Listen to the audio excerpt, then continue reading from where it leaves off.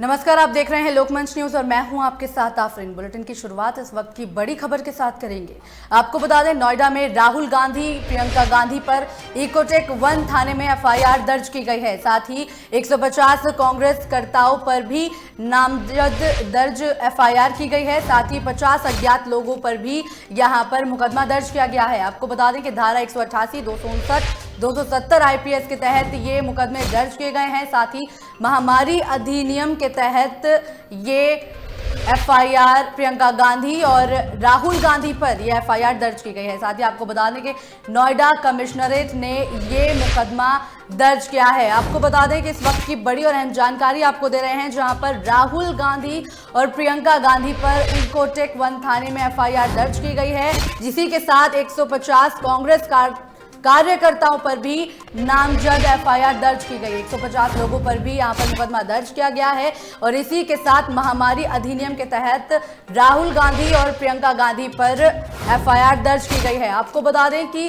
कल राहुल गांधी और प्रियंका गांधी हाथरस जाने की कोशिश कर रहे थे, जिसको लेकर राहुल गांधी को यमुना एक्सप्रेसवे पर ही पुलिस ने रोक लिया था। साथ ही राहुल गांधी के साथ काफी संख्या में कांग्रेस कार्यकर्ता भी वहां पर पहुंचे थे और कांग्रेस कार्यकर्ता और पुलिस में झड़प की भी खबरें सामने आई थी। और साथ ही राहुल गांधी और पुलिस में धक्का मुक्की की तस्वीरें भी वायरल हो रही हैं, जिसको लेकर अब राहुल गांधी और प्रियंका गांधी पर महामारी अधिनियम के तहत एफआईआर दर्ज की गई है।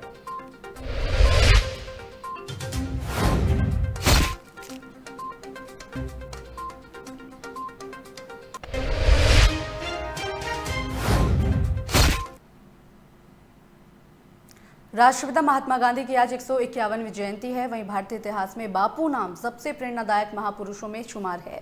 उन्होंने देश को आज़ादी दिलाने में महत्वपूर्ण भूमिका निभाई थी। ऐसे में राष्ट्रपति रामनाथ कोविंद, प्रधानमंत्री नरेंद्र मोदी, गृहमंत्री अमित शाह और रक्षा मंत्री राजनाथ सिंह ने उनके जन्मदिवस पर उन्हें नमन किया है और देशवासियों को उनके सत्य और अहिंसा के पथ पर चलने का दोबारा संकल्प लेने को कहा है।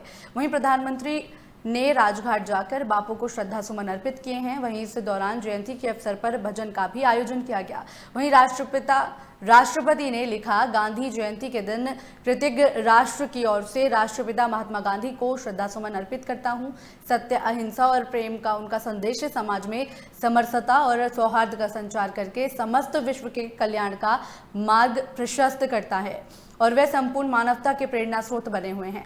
आपको बता दें कि देशवासियों को राष्ट्रपिता के सत्य और अहिंसा के पथ पर चलने का संकल्प दिलाते हुए राष्ट्रपति ने कहा, आइए गांधी जयंती के पुनीत अवसर पर हम सब पुनः ये संकल्प लें कि हम सत्य और अहिंसा के मार्ग पर अनुसरण करते हुए राष्ट्र के कल्याण और प्रगति के लिए सदैव समर्पित रहेंगे और एक स्वच्छ, समृद्ध, सशक्त और समावेशी भारत का निर्माण करके गांधी जी के सपनों को साकार करेंगे। वहीं प्रधानमंत्री नरेंद्र मोदी ने लिखा, हम गांधी जयंती के मौके पर प्यारे बापू को नमन करते हैं। उनके जीवन और महान विचारों से सीखने के लिए बहुत कुछ है।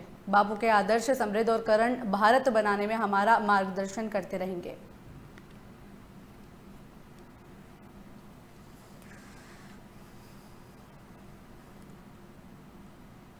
इसी बीच फिरोजाबाद से इस वक्त की बड़ी खबर आपको बता दें कि सफाई कर्मचारियों ने हड़ताल यहां पर की है। साथ ही जल विभाग का गेट बंद कर इन सफाई कर्मचारियों ने हड़ताल की है। हाथरस मामले में आरोपियों को गिरफ्तार करने की लगातार ये कर्मचारी मांग कर रहे हैं और इसी के साथ सफाई कर्मचारी हड़ताल पर चले गए हैं, जिससे सफाई कार्य ठप हो गया है। इस वक्त की बड़ी और अहम खबर आपको बता रहे हैं, जहां पर फिरोजाबाद में सफाई कर्मचारियों ने हाथरस गैंगरेप पीड़िता को न्याय दिलाने को लेकर हड़ताल की है, जिसको लेकर उन्होंने जल विभाग का गेट बंद करके यहां पर हड़ताल की है। साथ ही आरोपियों को गिरफ्तार करने की लगातार ये मांग कर रहे हैं और इसी के साथ इन सफाई कर्मचारियों ने हड़ताल कर कार्य बहिष्कार कर दिया है और इसी के साथ सफाई कार्य ठप हो गया है।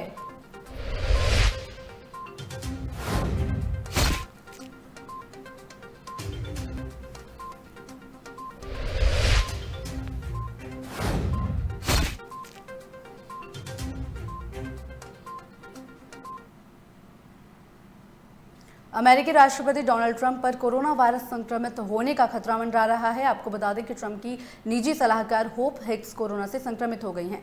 वहीं होप के कोरोना पॉजिटिव पाए जाने के बाद डोनाल्ड ट्रंप और फर्स्ट लेडी मेलेनिया ट्रंप का भी गुरुवार देर रात टेस्ट कराया गया है, जिसके बाद बताया जा रहा है कि होप इन दिनों ट्रंप के चुनाव अभियान में भी महत्वपूर्ण भूमिका निभा रही थी। वहीं पिछले कुछ हफ्तों से होप राष्ट्रपति ट्रंप के साथ उनके विमान एयरफोर्स वन में भी सफर कर रही थी और इसीलिए ट्रंप और मेलेनिया खुद को क्वारंटीन करने जा रही हैं।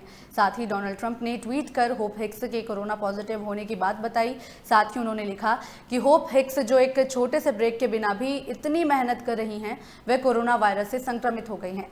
फर्स्ट लेडी और मैं हमारी कोरोना जांच प्रशिक्षण परिणाम की प्रतीक्षा कर रहे हैं और इसी बीच हम अपनी क्वारंटीन की प्रक्रिया भी शुरू करेंगे। गौरतलब है कि अमेरिका में जब कोरोना वायरस संक्रमण फैला तो डोनाल्ड ट्रंप ने एहतियातन इस जानलेवा बीमारी से बचने के लिए हाइड्रोक्सी क्लोरोक्विन नाम की दवा का सेवन किया था और ऐसा माना जाता है कि ये दवा कोरोना वायरस संक्रमण को रोकने में मददगार साबित होती है। वहीं इस दवा का मुख्य उत्पादक भारत है, जिसके बाद ट्रंप ने अमेरिका के लिए इस दवा का निर्यात भी भारत से किया था।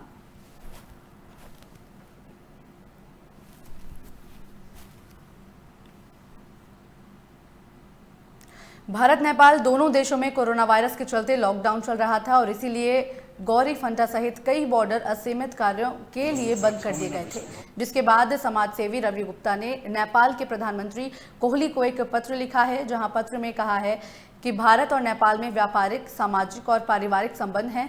साथ ही कहा कि नेपाल में बसे लोग गौरीफंटा बॉर्डर से हजारों की संख्या में बड़े शहरों में जा रहे हैं। हमारा आपसे आग्रह है कि भारतीय लोगों के लिए भी जल्द से जल्द नेपाल खोला जाए, जिससे आसपास के बाजार और दोनों देशों के पारिवारिक रिश्ते गुलजार हो सकें।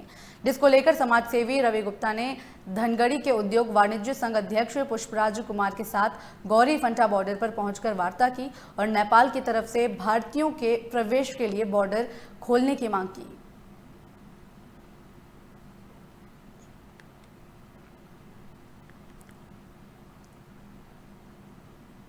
उत्तर प्रदेश के मऊ जनपद के विद्युत कर्मचारी विद्युत विभाग के निजीकरण को लेकर अपने कार्यालयों के बाहर लगातार 29 सितंबर से धरना देने के साथ प्रदर्शन कर रहे हैं। वहीं संयुक्त संघर्ष समिति के बैनर तले विद्युत विभाग के कर्मचारी बिजली विभाग के निजीकरण का विरोध कर रहे हैं। साथ ही आपको बता दें कि संयुक्त संघर्ष समिति के संयोजक सूर्यभान पांडे का कहना था कि हम विद्युत विभाग के निजीकरण का विरोध कर रहे हैं। सरकार अगर ऐसे ही हठ धर्मिता अपनाती रही तो संयुक्त संघर्ष समिति 5 अक्टूबर को वृहद रूप से कार्य बहिष्कार कर 1 दिवसीय धरना देने को बाध्य होगी। लेकिन इसी बीच अगर प्रदेश सरकार हमारे प्रदेश के नेताओं पर मुकदमा दर्ज कर उन्हें जेल में डालती है तो हम सरकार की ईंट से ईंट बजा देंगे। साथ ही कहा कि सरकार बिजली विभाग का निजीकरण कर आम जनमानस पर आर्थिक बोझ डालने का काम कर रही है, जिसे हम किसी भी हाल में बर्दाश्त नहीं करेंगे।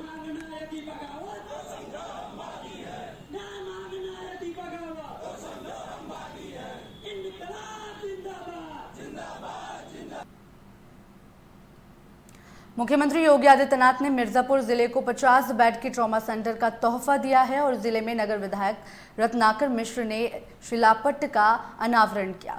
आपको बता दें कि नगर विधायक ने कहा कि डॉक्टरों की कमी को जल्द पूरा किया जाएगा और जनपद के लोगों को ट्रॉमा सेंटर में बेहतर इलाज मिलेगा।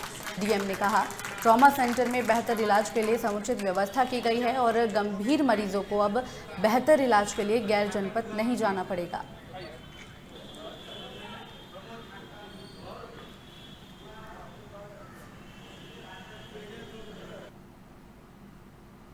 इसी बीच फिरोजाबाद से इस वक्त की बड़ी खबर आ रही है। आपको बता दें कि खेत पर सिंचाई के लिए गए किसान की मौत हो गई है।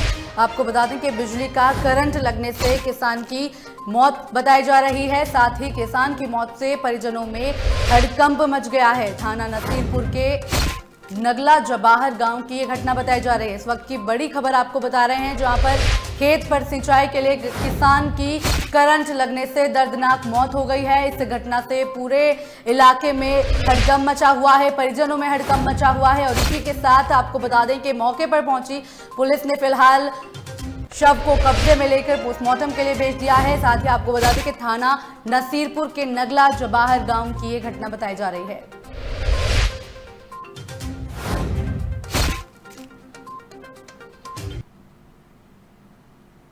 उत्तर प्रदेश के बलिया के चिलकहर ब्लॉक में एक चौंकाने वाला मामला सामने आया है, जहां बातों बातों में विवाद ऐसा बढ़ा कि एक व्यक्ति ने ग्राम प्रधान की उंगली दांत से ही काट ली, जिसको लेकर प्रधान संघ ने बैठक की और प्रशासन से कार्रवाई करने की मांग की है और कार्रवाई न करने पर आंदोलन करने की चेतावनी भी दी है।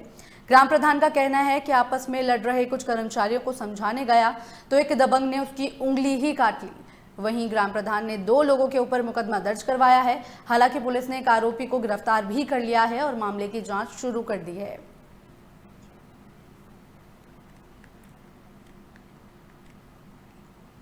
बुलंदशहर के गांव नगला फतेहपुर में निषाद पार्टी की सभा का आयोजन रात 8 बजे किया गया। वहीं सभा में प्रदेश महासचिव शिखर अग्रवाल ने महिलाओं को हथियार रखने की बात कही है। साथ ही निषाद पार्टी के महासचिव ने कहा कि महिलाओं को अस्त्र शस्त्र चलाने की विद्या में भी निपुण होना चाहिए, ताकि दुराचारी की पहली गलत नजर पड़ते ही वह दुराचारी के धड़ को सर से अलग कर सके। साथ ही निषाद पार्टी के महासचिव ने कहा कि हमें अपने घरों में अपने बच्चों को एक बार फिर से शारीरिक रूप से मजबूत बनाना होगा, ताकि घर घर का बच्चा महिलाओं के साथ दुराचारियों के खिलाफ जमकर धावा बोल सके और कोई भी दुराचारी अगर गलत नजर डाले तो तुरंत उसका वध करने का आह्वान किया जा सके।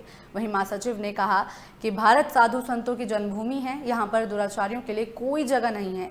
निषाद पार्टी ने हाथरस पीड़िता के परिवार को 1 करोड़ रुपए देने के लिए सरकार पर जमकर हमला बोला।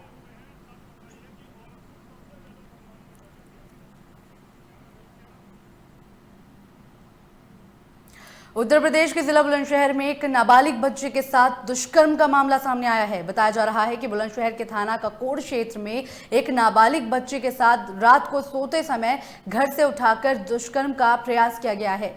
वहीं बच्चे के पिता ने यह आरोप लगाया है कि नाबालिग को आरोपी घर से रात में सोते समय उठाकर ले गया और घर के पास में ही नाबालिग को बेहोश कर दुष्कर्म का प्रयास करने लगा। वहीं जैसे ही नाबालिग को होश आया तो आरोपी ने नाबालिग को तेजाब से जलाने की धमकी दे दी। फिलहाल पुलिस ने आरोपी को गिरफ्तार कर जेल भेज दिया है और आगे की कार्रवाई भी शुरू कर दी गई है। रात में लगभग 1:15 बजे के आसपास रेप की एक घटना एक 14 वर्षीय बच्ची के साथ हुई थी। वो घटना उसी के पड़ोसी द्वारा, जो उसी की समुदाय का है, जात का है, की गई थी। लेकिन परिवार वाले 30 तारीख को शाम को 4 बजे तक आपस में पंचायत करते रहे। शाम को 4:26 पर पुलिस को पहली सूचना इस घटना के संबंध में कहीं से प्राप्त हुई।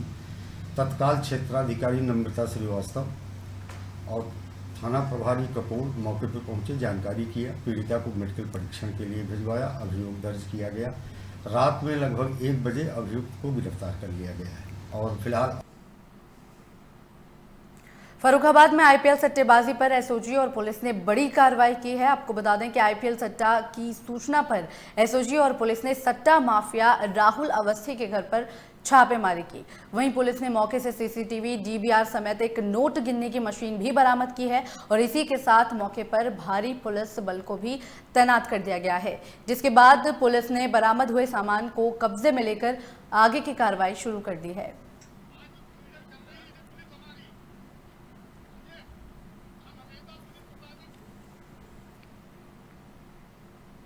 फिलहाल इस बुलेटिन में इतना ही। बाकी की तमाम खबरों के लिए देखते रहिए लोकमंच न्यूज।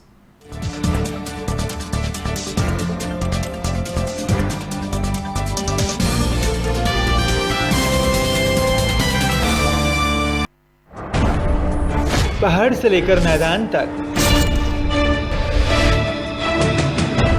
शहर से लेकर गांव तक,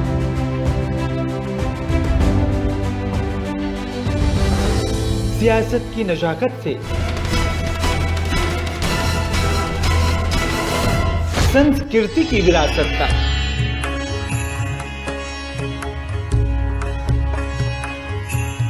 चप्पे चप्पे पर है हमारी नजर।